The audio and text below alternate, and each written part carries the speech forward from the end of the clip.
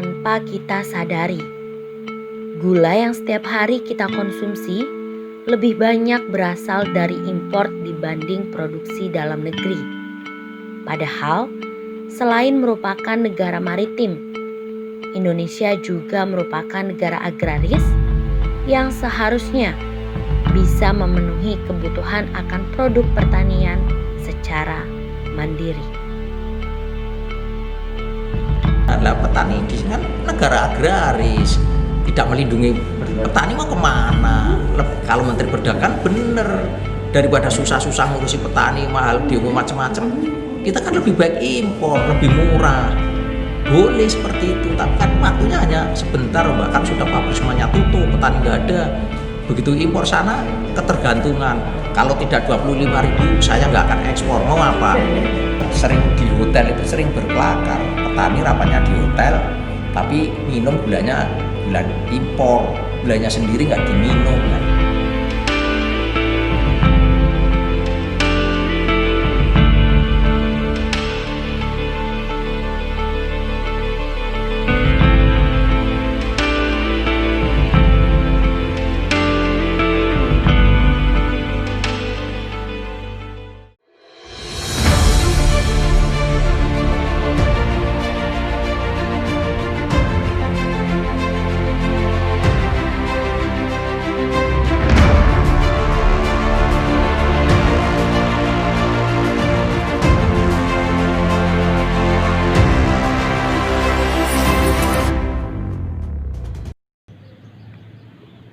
Beginilah kondisi bangunan pabrik gula Pangka, satu-satunya pabrik gula di Kabupaten Tegal dan masih berdiri semenjak tahun 1832. Ketika satu persatu pabrik gula di Indonesia terpaksa gulung tikar, pabrik gula Pangka masih berdiri kokoh memproduksi gula yang merupakan bagian dari 9 kebutuhan pokok hidup manusia. Belum pernah sekalipun mengalami renovasi. Bangunan pabrik gula Pangka masih asli. Peninggalan pada zaman Belanda yang kemudian dinasionalisasi pada tahun 1957. Saat Presiden pertama Indonesia masih memimpin. Sisa-sisa kejayaan pabrik gula Pangka masih terlihat sampai saat ini. Bangunannya yang megah, dipenuhi dengan mesin-mesin lama yang masih berfungsi pada musim giling. Dan rutin dilakukan perawatan serta perbaikan ketika menunggu musim giling tiba. Berarti PG Pangka itu selain memproduksi gula, itu juga ada agrowisata ya Pak? Betul. Jadi agrowisata jalan, produksi juga jalan. Betul, sebenarnya ya Pak. Tapi tahun ini nggak giling karena tadi tebunya itu kurang dari petani, akhirnya dialihkan atau bagaimana Pak? Lebih tepatnya gitu. Tepatnya ini mungkin sudah pertimbangan matang dari direksi sampai direksi menerbitkan surat berhenti operasional sementara. Jadi ya dari unit kerja akhirnya harus mematuhi seperti itu. Untuk alasan jumlah tebu mungkin juga berpengaruh. Mungkin alasan lain dari segi penghematan biaya dulu juga pengaruh. Itu mungkin macam-macam sudah dipikirkan dari direksi. Jadi digabung gitu ya Pak? Iya, untuk produksi. betul. Beginilah kondisi di dalam pabrik gula Pangka. Memang terlihat sepi karena tahun ini pabrik gula Pangka tidak melakukan gilingan tebu untuk dijadikan gula.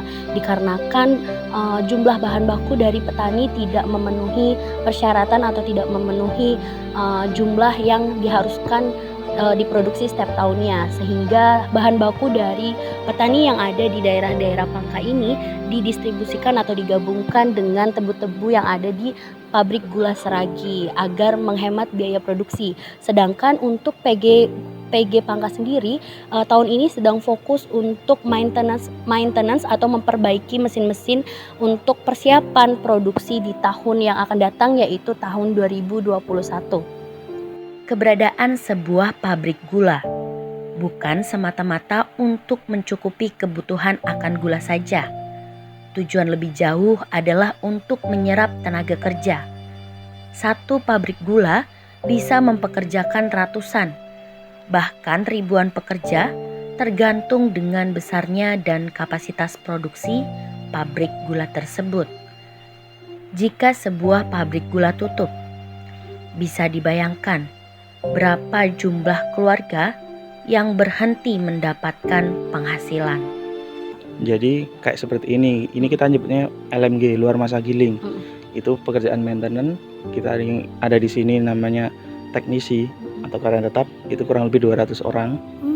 Nah nanti kalau untuk kita giling, kita rekrut yang namanya operator. Itu biasa kita sebut karyawan PKWT atau kampanye, itu jumlahnya kurang lebih 200 juga. Jadi nanti kalau kita waktu di masa giling atau kita sebut namanya DMG dalam masa giling, itu karyawannya bisa sampai 400 orang. Iya, kita setiap hari ada maintenance sampai nanti ke target hari H kita start proses atau giling. Untuk pabrik gula Pangkah itu kapasitasnya 1.600 TCD atau ton kende, ton tebu per hari. Jadi kurang lebih ya bisa kita sebut 1.600 ton atau 16.000 kuintal Satu hari. satu harinya. Nah, dari petani ya kita paling enggak segitu angkanya, 1.600 ton atau bahkan mungkin lebih karena kita ada yang dinamakan sisa pagi. Itu sepertiga dari kapasitas. Jadi kurang lebih yang harus didatangkan itu sekitar 2.100 ton setiap harinya. Nah, Tapi selama ini target terpenuhi atau bagaimana? ya untuk 5 tahun terakhir terpenuhi untuk bahan baku.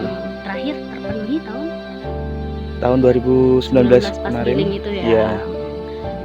Untuk PG Pangkah untuk tahun ini kita berhenti sementara dulu karena PG Seraki yang performanya lebih bagus di Pekalongan.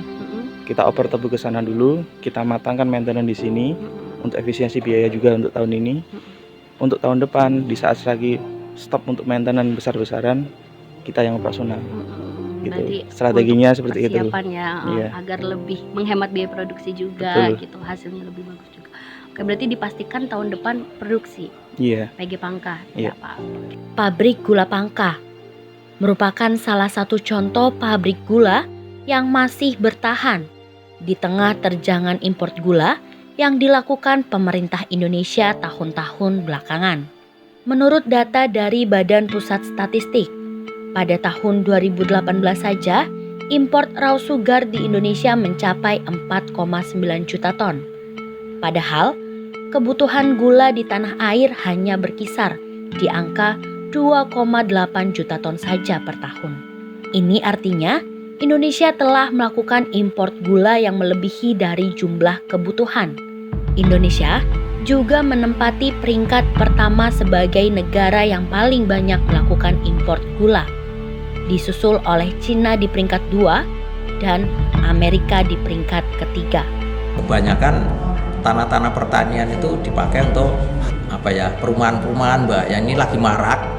Itu sawah-sawah itu udah dikapling-kapling. Lahan pertaniannya hilang.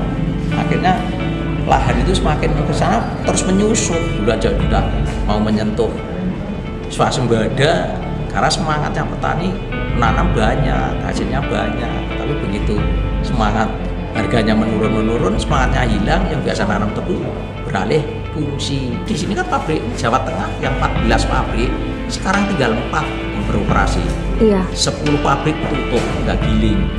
Karena itu tadi pendapatannya sudah berkurang, minim. Nah, petaninya sudah nggak bergairah ya, berkurang bahan bakunya, arealnya.